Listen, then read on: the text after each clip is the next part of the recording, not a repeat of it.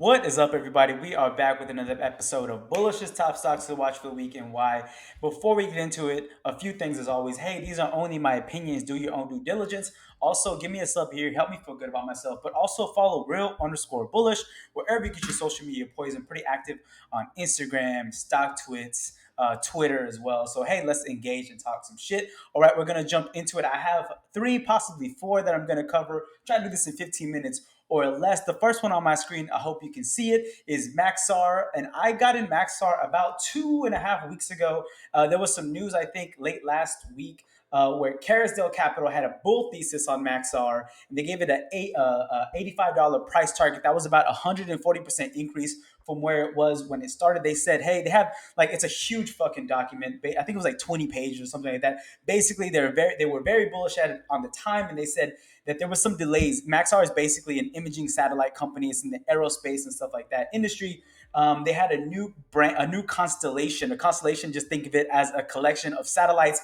It was a bunch of delays going into this year of when that was going to launch. And then Carousel came out and said, hey, basically one of the bull theses around it was like, hey, it's going to come out. There's not going to be any more delays. Well, guess what? Last week they had earnings. Maxar, I think late last week they had earnings. Great earnings. They had great earnings. They reinstated their guidance for the rest of the year. So basically saying, hey, these are our earnings. We expect that, we're going to still keep our guidance for earnings for this year for fiscal 2001. But also they came out and said, hey, basically the Constellation brand or the Constellation satellites are going to get delayed again for another like 6 months or something like that. So, you definitely see that fall off. So that was kind of what I was looking at. I actually was listening the third. So that came out on Friday where they said, hey, this is some good shit coming out. There are not going to be any more delays. Well, the Thursday before that, I was listening to Mad Money. I listened to Mad Money, Jim Cramer. I love that guy every day, even though you got to take what he says with a grain of salt. He basically, a caller came in and said, hey, I'm in Maxar. What do you think? And he was very bullish on them. So Friday when I heard the news, I was super like, okay, cool. Let me look at this again because I heard the news when I was watching a different YouTube video while I was working and shit. And that 2 weeks ago on Friday, I was pretty much feeling myself. Had a good like last couple weeks before that. Made a lot of smart moves. Made some dumb moves and then some smart moves. And then when I heard about Maxar, I didn't even realize to look it up. I was like, oh yeah, like I know this is gonna pop. So if you could see, if I would have taken 30 seconds to look at the month, you know how to look. I like to look at month, week, day, sometimes into the hour, 15 minutes, right? But basically, what I would have seen if I would have looked, I actually went into the position blind like an idiot. I took that news, ran with it, and I traded it. I traded it a little bit, but basically, like I traded it at probably, if I think of my share size, it was probably about 25% of what a normal share size would be. So I still went small. I was trying to hedge my bets there. But anyways, what I would have seen is exactly this: a downward trend at the month level. You see, hey, basically, you see this downward trend. You see this price, this triangle here, or sorry, this line here is acting as resistance here. You see RSI going down. You see MACD about to pinch to be bearish from bullish. So that wasn't good. If you look, and I'm doing this as something that I'm watching, but more as a cautionary tale. I don't think I'm going to buy any more Maxar. So I have to either hold it or sell it for a loss, which I'm not afraid to sell shit for a loss. This is just probably, even though it was one of the smallest amount sizes that I've traded in a long time, it's actually like a pretty substantial loss in terms of the percentage of what I went in with it for, even though that was a little less. Anyways, it's a lesson learned for me. Hey, even though I thought it was a small size, it ended up still kind of like being an asshole because it went down like 20% from where I bought it from. And you know me, I like to sell anything at 5%, but I really wasn't watching this. I wasn't concerned. I was like, hey, it's a small size, but then it went down super hard, which sucked. Basically, since when I bought it, it went down from there. But anyway, at the week level too, you still see that, hey, that resistance level, the line is still acting as resistance, right? It's respecting it. It's been respecting it since 118, right? It's been a downward trend. You see in the price action at the week level, you see an RSI. RSI ran a level of 76 and has then been just selling off at the week level since then. MACD, moving average, convergence, divergence, still going down as well. You know how I like to kind of look at RSI and MACD and see where those line up. It's still gonna sell off more at the week level. It just crossed over back over, so it was trying to rally as of 621 maybe you want to say, but it's fallen under all moving averages. So it looks bad at the month level, it looks bad at the week level, and these are all things I should have fucking looked at. Even though I was playing a small size, I should have still looked at it. At the day level, you can definitely see when they announced earnings, this gap down, still respecting this upward resistance level here.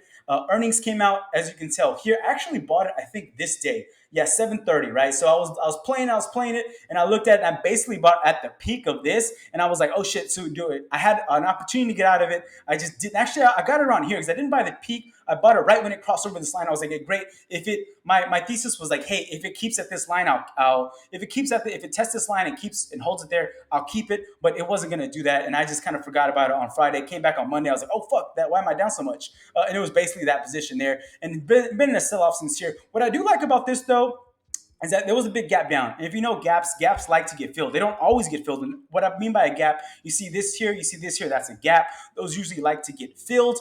And so far, it's been trying to do that, right? It sold off on the earnings basically 20% from where it was. It has really an indecision doji. This is like a spinning top, right? So like this candle body is huge. The wicks are huge, but the candle body is super small, so indecision there. The reason why that's important is because this area right here where it bounced at was support before. So a really good trade would have been to buy that dip and then play for the gap fill here. And that's exactly what it's doing. It broke here, buying here. And what I see here is a lot of support here at this level of, 25, let's say anywhere from, 27, 25 for sure. But right here is where it's going to start to get hairy at the 30 level. This is where a lot of support has generally come in to lift it above those lines. So we'll see here where it plays for. But, at the day level, if you would have bought here, even yesterday, 2 days ago, trading wise, you would have been really good playing the RSI bounce here. At 70 and 30 are two areas of correction usually. And that's exactly what it did. It sold off at the day level to the 30 area. You see it correct. You see MACD coming back. So this is not a bad trade now. It was a horrible trade when I did it at the time. Anyways, we're going to start moving quickly because I'm trying to do this in 15 minutes or less. So that was one mistake I did, and another mistake I've done before, or I did, probably 3 weeks ago now, was a more educated mistake, but still I played before the break.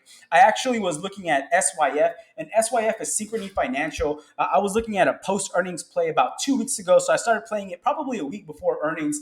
I entered it correctly. I actually entered at one of the peaks as well. I was just kind of like, okay, great, I'm going to jump into this before earnings. But there was a lot of bullish things in there as well. Price targets increases come in at 729. Morgan Stanley gave it a 16% increase to the price target, $65. And there's been like pretty much nothing but upgrades that I've seen coming in for Synchrony Financial. Again, for their earnings that they played, I think it was 2 weeks ago now, they had they beat earnings by 72 cents. Revenue was up, by 800 million. The only thing with net interest margin, it was down about 2%, same quarter year over year. But that's to be expected because what Synchrony Financial is doing, look them up, basically they provide credit lines of credit for different purchases, whether they be home. Dick's Sporting Good uses them. I think JP. There's another one. They're fighting for the Amazon card purchase as well. Basically, they're a card provider and stuff like that. Net interest margin, like I said, was down 2%. That's not unheard of though. Net interest margin is basically has a big effect with write-offs and stuff. So what Synchrony Financial and other bank institutions are seeing is our customers are paying their debt off faster and not incurring late charges as much. So that kind of affects your net interest margin. You did see some selling pressure again here on 719. No, that's at the week level. You did see some selling pressure on the week of 8-2, basically because the dividend rate went in before that. The ex-dividend date was 8-2. So basically people were playing this for the dividend. And then after the dividend was paid off, they're kind of selling. But that's fine because that's kind of to be expected. But anyways, what I liked about Synchrony Financial was, when I looked up same quarter year over year, they were going to bust out earnings. They were going to increase off of that, and that's what you see here. What I did like about this let me back up at the month level. They were in an upward trend. They were a little extended at the month level. You see this upward trend. It's a great channel to go up. It did break out of that. Now it's consolidating, but basically I wanted to catch up to this 10 EMA and then kind of find a new area from there. At the month level, I give it a little bit of area when it's farther extended, but basically, it's looking good for me for Synchrony Financial. I want to watch it at this break of 50.75 to make a new leg up, but I don't mind it consolidating here. RSI is still going up or relatively. It is in an area where it maybe wants to correct at 69, like I said, 70 and 32 areas of possible correction, but MACD is still going strong. So at the month level, it looks really good. At the week level, kind of same difference, and I like it really. I like it a lot at the week level for a few things. I like catching this candle as it crosses this 10 EMA. At the week level, I don't want it too far extended. You see how this is far extended from this 10 EMA?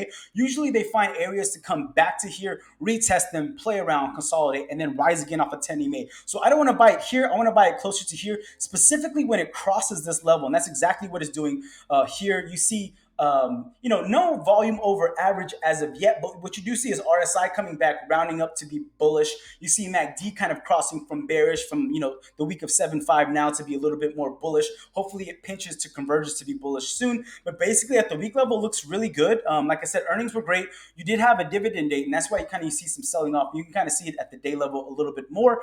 So again, at this channel, what I didn't like though is that before there was like a channel here of support. It actually broke below this, and that actually happened when there was like a hard sell-off like like a month ago. There was like basically markets corrected like 3% or something like that. This was caught into that, which is good. I used it as an opportunity to buy it at a lower level, which was fine, and you do see a rebound from there. Now it's trying to break. It started its own channel again, alpha of 720, and then connecting 84, 83. So it had a new channel, but now it's trying to break in back to the old channel that it was using before. Hopefully it definitely consolidates in this area, but at the day level it looks good still. You did have a gap update, so that you have to watch for, because sometimes when you have a gap, like I said, they usually likes to get filled. So hopefully it doesn't fill it on the downside, but if it did, as long as it stays in this bottom channel, I'm fine with it. But again, at the day level, you see RSI coming up really bullish. You see MACD starting to converge. The last time it was bullish at the day level was 6.9. We're at 8.9. So what, about 2 months ago, that's when it converged to be bearish. Now we're seeing bullish volume coming back in. We don't see volume over average yet, but I expect that would come in as it breaks this new channel of 50.7, 50.80, let's say. That's an area that I want to see. Hey, does it break this level? Give me alert at or above, because I would expect once it breaks that is when you're going to see some bullish volume coming back into it. But I like that one as well. One thing I want to play, so I played a mistake at MAXR. Secretive Financial was another kind of mistake that I did because I bought before the break, but I was very sure about that one. I still kind of am there. I'm up on it, which is great, as opposed to MAXR, because I did average down because I went in smaller over a longer time horizon, and that's kind of how I like to play these days. I don't like to play big buys. I kind of like to do the Kathy Woods. If you don't know her, look her up. She's amazing. But buying smaller amounts over a longer time horizon to hedge my bets one way or the other, because this market is cray cray. But anyways, Apps is another one. It's actually called Digital Turbine. They are basically a growth and monetization platform that's powered by code installed on devices by global carriers and OEMs. I took that from the website. But anyways, I like Apps because they have a earnings coming up here on 8-9 aftermarket close. So this upcoming week on Monday. I would want to play this a little bit earlier, but they haven't really extended too far. So I'm still happy about this one. But anyways, from a price to earnings perspective, they're a little expensive, honestly. They're about 43, but after the sell off, it's actually 63%. The price target is actually, or the current price is actually 63% under the average analyst price targets, according to Yahoo, right? But the ERs are going to they look really good so far. The same quarter, year after year, EPS increase is about 244%. So their EPS is expected to grow this quarter versus last quarter, same time, 244%. Over the last 12 months, they've meet or exceeded the earnings guidance 85% of the time. So I like putting percentages in my back so I can kind of like feel good about it. And over the last 6 quarters, they've raised 50% of the times after their earnings. But interestingly enough, 7 days after their earnings, they're over the last 6 quarters, or last 6 earnings at least, they've went up 100% of the time. So looking over the past 6 earnings, so 6, quarters that they've reported, the 7th day is actually green 100% of the time compared to the day that they release earnings. So I think that's pretty good there as well. I did look them up. So I like to do a lot of different due diligence on companies I usually look into. What I liked about Digital Turbine is over the past 2 years on their LinkedIn profile, they've grown about 25% over the last 2 years. Most of that exactly where you want a company like this to spend money on. It's been in engineering and IT infrastructure. So they're really good about that. Basically, it's a way to help monetize and advertise and monetize. They kind of install the client's apps and stuff on local OEM devices. So like as you get your device, instead of doing it on the App Store, it comes preloaded on your device, and they see that as something that's beneficial for them. At the month level, so breaking down just real quick, I'm in 14 minutes in, I'm trying to do this 15 minutes. That's not going to work. Maybe I just won't cover the last one. Anyways, the last one's Amazon, by the way. But anyways, what I like about apps so far at the month level is like, hey, it's cooling off, right? It extended here. Price target, is about 102. It's about 65, 66 right now. What I like about it is it did come down to this month level, touch this, and now I want to buy this. So you see this RSI was running fucking hot. At the month level, it was running 94. This only goes to 100. It was running 94. So it really needed to correct. Now you see it bounce under this 70 line. Like I said, 70s area of correction, usually or importance. It bounced under here. Now it's coming back up. MACD wants to pinch to be bearish, but it doesn't look like a steep decline. It looks like a gradual one, which is the ones I like. And also, like I said, this 10 EMA is very important to me. And at the month level, it's respecting that so far. You see how it sold off? It didn't break under, but it's like finding support there. So I really like this one actually. Apps is a really good one. And I think apps is good not just like for the short term, but that can be a really long term play for an investment, not trading, investing. You kind of get punished in this market for investing versus trading. Short term payoffs are the ones, but this could be a really good one. And this is a little bit before, like Synchrony, you saw the price at the week level was above this 10 EMA. Now you see it below it, wanting to cross it. At the week level, this looks really good as well. Like I said, hey, there's some sell off here. You do see support here at this 57-ish level, and that's kind of where I want to catch it. Closer to 60 is where I want to do it right now, 65. So I want a little bit more sell off before the earnings, but earnings is coming up pretty soon, so we'll see how it plays there. But basically, it looks really good. It wants to cross this 10 EMA at this level. It did find support, so last week would have been a good time to get into it, but this week is not bad as well. What I love about this, though, is there has been no volume over average selling off since 628. So not too like a couple month and a half ago ish that we saw really bearish volume coming in. And since then, it's kind of been more stable, trying to stabilize here as you see, kind of wanting to stabilize and consolidate. But what I love about this is RSI. This motherfucker at the week level was running 91 at the week level of, the week of 817. It's been cooling off since, and that was fucking last year. So it's been cooling off since last year's run. And now we're seeing it cool down and come back and round out to be more bullish.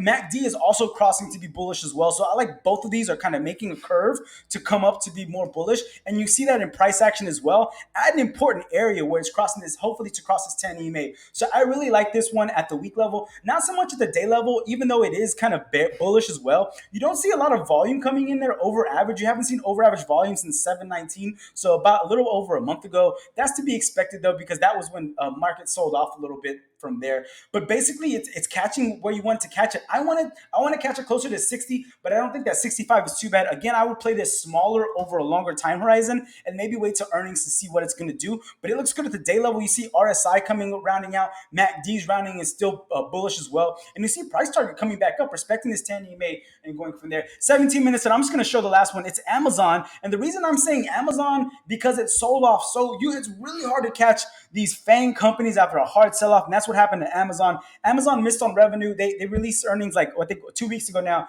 They missed revenue forecast by 2%, and they didn't release good guidance for the rest of the year because they don't know. COVID, Delta variant, they don't know what the fuck is going to happen. So they're trying to hedge their bets and then downplay what there's going to be to then hopefully have a good earnings for the rest of the year. But what I really liked about the earnings, if you dig into it, AWS, Amazon Web Service, look it up if you don't know what the fuck it is because it's really important. And all the big players are going to cloud computing. Amazon started it. I'm actually reading this really cool book where it was kind of talking about it. If you need a book to look at to read Amazon Unbound. This is the story post, I think, 2010 of Amazon's kind of rise. And basically what they was interesting, AWS, Amazon Web Service, is basically a cloud infrastructure play. So Amazon basically started it. Microsoft has its own Azure version of it.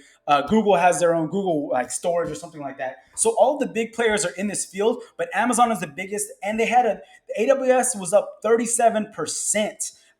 Same quarter year over year. They're 31% of the like the cloud storage, cloud computing market, right? The next closest one is Microsoft Azure with 22% there. So they're, people are looking at their retail numbers and saying, oh, blah, blah, blah, people aren't buying as much, blah, blah. They didn't, but really Amazon is just not retail. They started a whole different they started a whole nother category like cloud storage, cloud computing, and there's no one even close to them. So those numbers are really good. I do think that they, like I said, guided down for their guidance. So that's to be expected. But anyway, at the week level, sorry, I'll look it up real quick. At the month level, it was consolidating between 3,500 and, let's say 2,800. So it was in this area, right? It was playing for a long time. Amazon's for a long time just been going steady, right? And that's nothing wrong with that. It's called consolidating. And what they say is the longer the base, the longer the rise. So, this is a huge base at this point. We're looking at the month level, right? So we're looking at it over the month level, a really long base. Looking at the week level, same thing. It's consolidating. You do see like a really hard sell-off, and that was their earnings miss, whatever, however you want to call it. Huge red candle at the week level. busted below the 10 EMA. You see, exactly RSI was kind of playing with that. Now it's a little bit more steady. You do see that volume over average coming in for the bearish volume, which is fine at the week level. You see RSI and MACD kind of like floundering to going flat. So I don't think this is done selling off because all of these indicators tell me that it still wants to sell off a little bit. But same with Amazon, like I said, for the other ones, you buy smaller over a longer time period to kind of hedge your bets. The Kathy Wood the Kathy Wood kind of approach to investing, which works for her, and I think it can work for a lot of people. But anyways, remember what I said about gaps? Look at this huge gap down. Look at that bad boy. That now it gaps usually once get filled. Not that they always do, but they usually do. So this is a really big area, and it's so far it's trying to fill the gap, right? You see, this is where it fell to, and see where the price is at now. At MACD, RSI, like I said, it was running hot. It was 76, 77, cooled off, and so it wants to touch this 30 area again. So I'm waiting a little bit more, for RSI to cool down. For MACD, it's still pretty steep on the decline. I want to see this round out. I want to see RSI round out. I think we have a little bit more selling pressure for Amazon, but I think that this is a really good area to get interested in this again. I want to catch it like you see here, closer to the 33 area. Once it breaks under 33, I think we'll see a little bit more selling pressure there, which I hope happens. And why I see that happening almost is because you see this channel here going back from 3.8. There was a bottom channel that this was respecting. You see bottom channel, you see an upper channel, and it was respecting this bottom channel. But now that it's broken under this bottom channel after the earnings, it can't break over it yet. These areas are important for a reason because everyone's looking at them. And this is an area that I see that, hey, it's broken below that and it doesn't want to go over it again yet. So I see more selling pressure over the next few weeks, but that's fine for me because I'm going to start buying it super slowly because companies like Amazon and Microsoft and fucking Google and shit, you never get opportunities for a fucking 10, 11% correction to then buy into them at a lower price point, and then you just hold them for a longer time period. This is one that I think you can day trade and invest in at the same time. Like I said, I'm gonna go over them one more time. MAXR, that was a lesson of what not to do. And I'm fucking either I stuck with it or I sell it. I don't know, but I'm not gonna buy more of that shit. Secret Financial, another one that I messed up on because I got too exuberant. But I knew I did a lot of due diligence on it. I knew it was a company that was gonna do great. I knew it was a company I could hold for a long time. I knew that I can average down and still be good on it. And that's exactly what I did.